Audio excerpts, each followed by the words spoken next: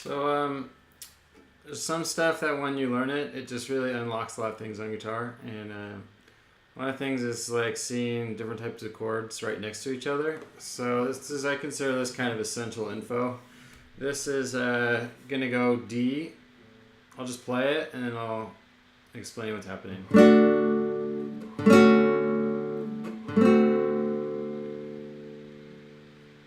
So it's going D major, D major 7, and D7. So if you're a beginner or intermediate guitar player and you don't know this is something you should definitely memorize. And the reason why is it's not just about like these shapes. It's starting to see how some shapes connect. Because later, if you'll see these shapes somewhere else, like up here, let's say you saw this, you might realize it's just this, or let's say you saw this, you might realize it relates to this. So starting to see these relationships is what's important. And also D major, D major 7, and D dominant 7 or D7 are super like common shapes in lots of the keys. So D is 0, 2, 3, 2. And some people like they have a hard time with this actually, and what you can do is kind of twist your hand this way so you get on the tips. Then the next one, D major 7, you can just bar these three. It just sounds softer. I think of major chords as like bright colors, and then major and minor 7s are more like fainter colors. And then D set, so that one's 0, 2, 2, 2. And then D7, D dominant 7, people say D7 is 0, 2, 1, 3. I mean 2. And notice like they're both triangle shapes. This triangle, the major one points to the right, and the other one points to the left. And this is just a flat 3 notes. But in this case, the root is down here, so the movable shape would be like the movable one here. You don't see very often, so most people do like this. But for the major 7, you would actually have to play like this, because otherwise, if you just do this here, it would depend on what's happening in the bass. Because this could be the top of a B minor, or it could be if the bass is in this case G, be there. But then this is pretty common to see like this. This is G7. So that's a really common one. Notice this triangle pointing to the left. But this shape looks confusing unless you start to spot it with this. Because pretty much everyone learns this shape. And then if you want something a little more interesting way to practice this sounds pretty cool. People do this in intros a lot. They'll have a descending note like.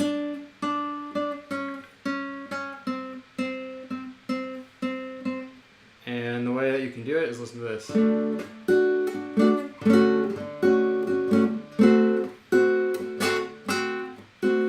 then it sounds good if you go to G, G7, this is 1. You can put your middle finger here. And then D, and then A or A7. So A is 0, 2, 2, 2, but down, move down. A7 would be like this. So D, D major 7, D dominant 7, G, G dominant 7, D, A7. So listen to this, I'll just play it. It sounds pretty cool.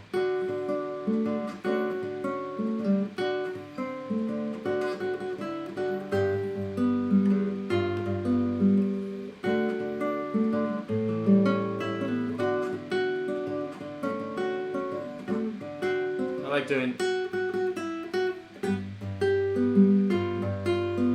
D, A or A7, and A7 you could could do like this too. This is G. It's the same as the note that is the 7.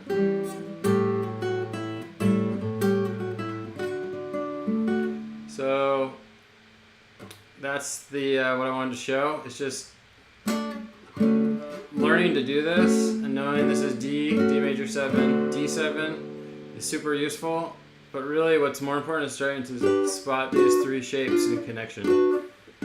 And the note that's changing here is this is the 1 of the chord, and it goes to the 7, and then it goes to the flat 7. So everything's staying the same except this is the root note, and then it becomes the 7, which is always directly left of the root. And then a whole step, this is called a half step. And then another half step or a whole step down from the root is the flat 7. If you want a challenge, you could try this too. I'll do one more advanced thing. So watch this.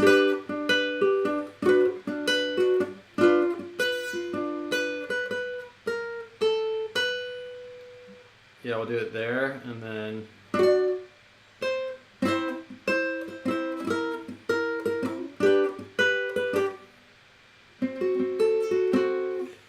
so here we just shifted the key up, and usually when I learn stuff down in open position, I try to move it around. So you could move it so that this finger, the root, is on G on the 8th fret. G, G major 7, G 7. That's what I did over here. Da, da, da, da, da. And then we go to C and then C7. So C is going to be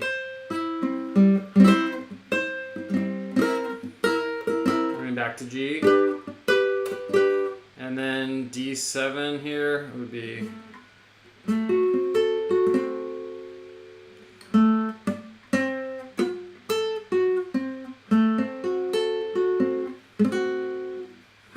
right here. Or you could try moving it to a different key, like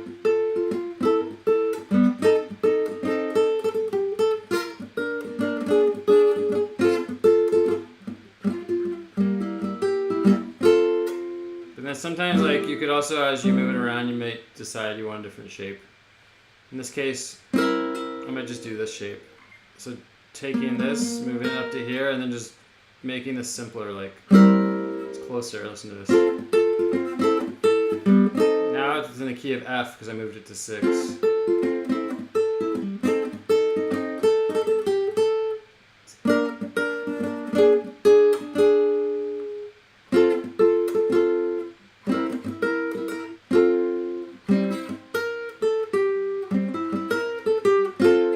Start to move stuff around, you learn a ton about guitar. But start here, just notice the connection, and then if you're already more advanced, you can start trying to figure out how to move it around. And that's how I learned a lot of guitar. I was learning one simple idea and then starting to force myself to figure it out in different spots. And that's it.